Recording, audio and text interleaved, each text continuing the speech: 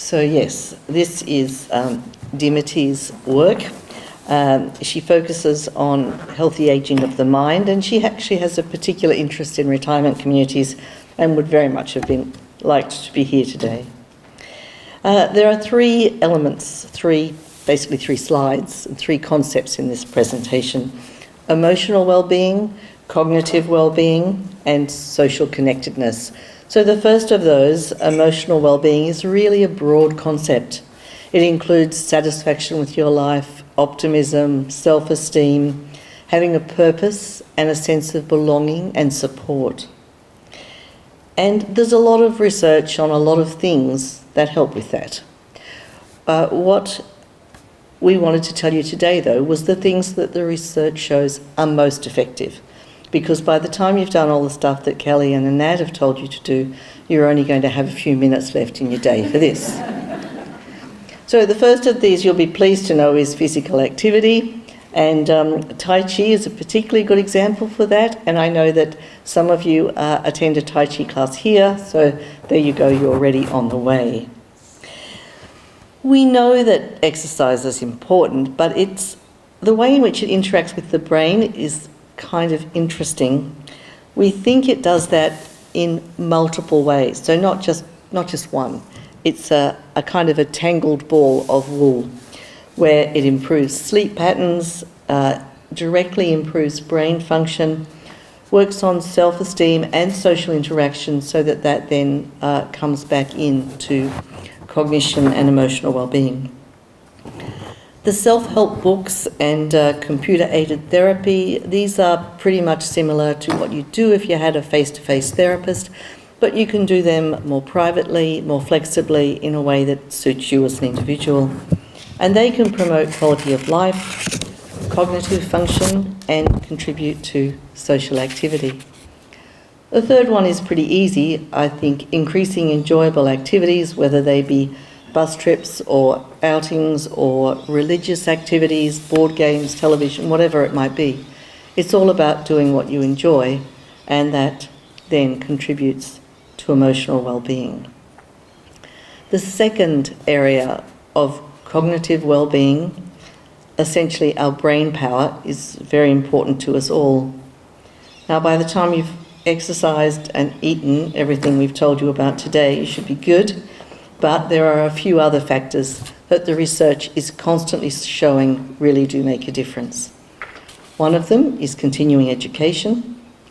Another is stimulating leisure activities.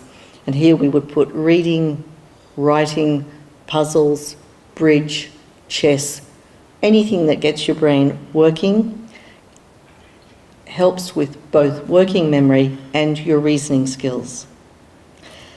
And then there are more formal cognitive training interventions that I'm pretty much guessing at least some of you will have played with on the internet. And these focus on visual and spatial perception, as well as memory performance. And the bottom of that slide is exercise and nutrition, which I'm pretty sure you're going to think of as Kelly and Nanad from now on. And finally, in relation to our brains, we come to social connections. And these have been found to be particularly powerful, more powerful than any of us imagined 10 years ago. Social connectedness affects things like death, but also more subtle areas of our lives, such as depression and declining memory. Now, this isn't about the number of people in your network, it's really about the quality of the social connectedness, social support, community support, and engagement in social activities, whether it's a sporting group or a religious group, unpaid work, paid work, volunteer work. And some of you will be thinking that these factors that keep coming up come up on all of these slides, at least some of them. So there's a sort of circularity to it all. Now, I think, and you might not think, that a number of the things that Kelly, Nanad and I have talked to you about actually connect to those 9 principles and to the description of the blue zones in relation to community, social connectedness, shared food, physical activity, diet, these all come together in a way in which any community can work towards. But this brings me to the final section of the talk, which I like to think of as a slightly light-hearted ending, and I call it the tips from the top. And what I'm trying to do is to bring you some ideas from elite sport that you can apply in your own lives. Now, I believe as we age that we actually need to treat our bodies as a kind of high-performance sports machine, a delicate piece of equipment that needs to be maintained in the same kinds of ways that elite athletes need to maintain their performance at the top of their game. We need to be at the top of our game. So here are 4 things that elite athletes do when they approach their training. And they come, this slide was actually titled by Diane and her friends, and they are coming from the AIS, the Australian Institute of Support, so we really are talking elite training. 4 things: being safe, being serious about your plan, being serious about your fuel, and being serious about your sleep. So being safe. Kelly's already talked to you about appropriate medical advice, and I won't emphasise that.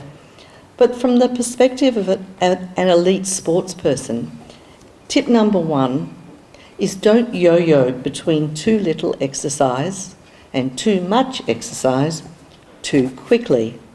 And in this slide, you should be able to see, I think it's a really hard slide, and I told my biomechanist colleague that, but you can see that bumping up and down.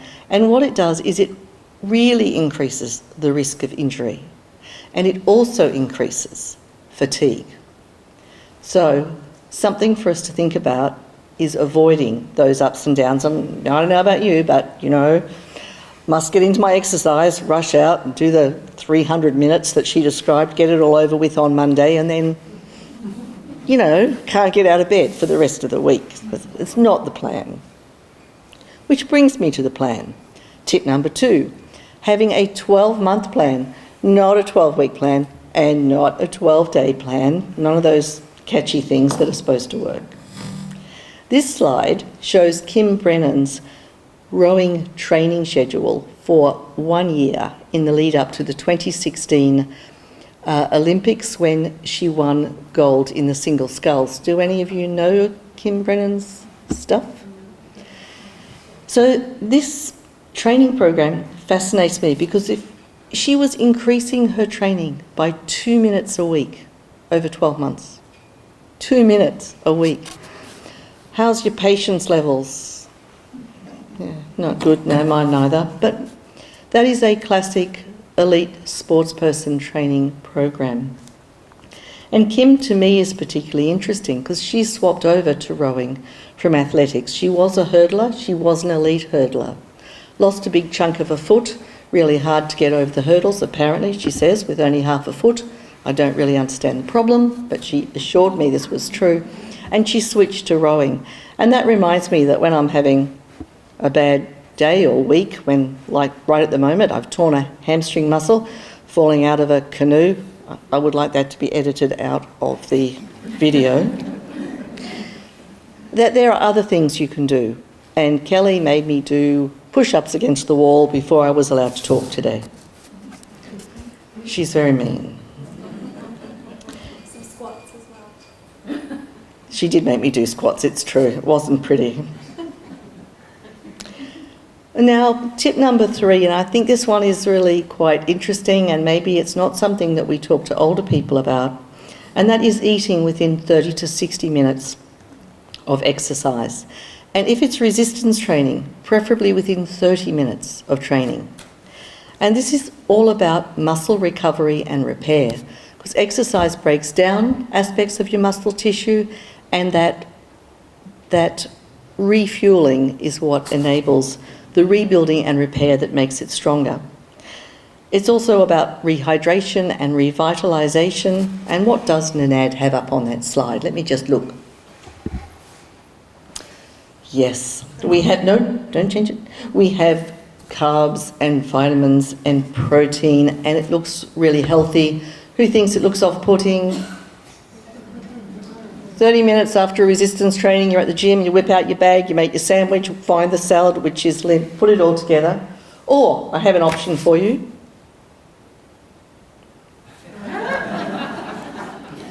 It just so happens that chocolate milk provides all of those ingredients. Some of us who like full-fat flavoured dairy like it, although I prefer coffee flavoured, and that works too.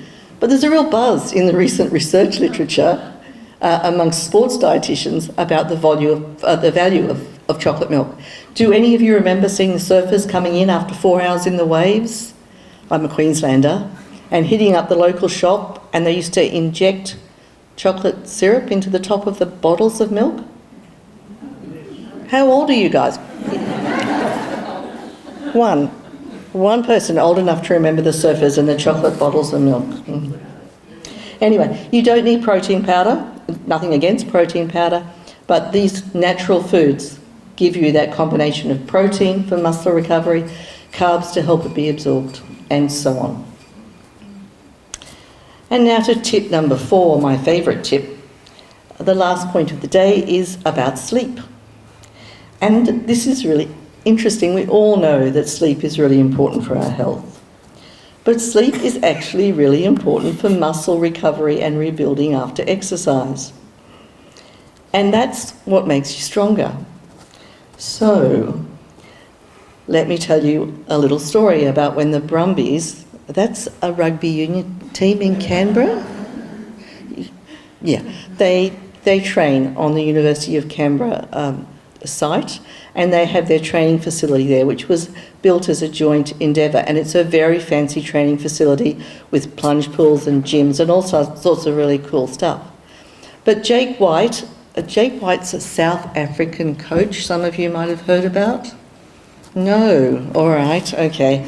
Jake White, fabulous South African coach who was tweaked from getting the Wallabies coaching job by a local lad, which is probably why the Wallabies did so badly. But nonetheless, Jake brought the team in and he set up a sleep room, and all of the Brumbies, the entire team, between the morning and afternoon training sessions, which were pretty intensive, had to have an afternoon nap together in the training facility.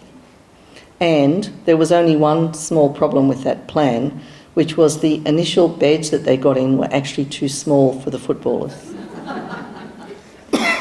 So I want to leave you with that. Sleep is important for recovery from exercise, and we can all be very proud of ourselves if we feel like taking a nap. Thank you all for talking with us today. We're very happy to have a bit of a discussion and a chat. We'd like you to tell us who you are at the beginning, and I'll hand over to, I'll hand over to myself. I'll just keep running the show.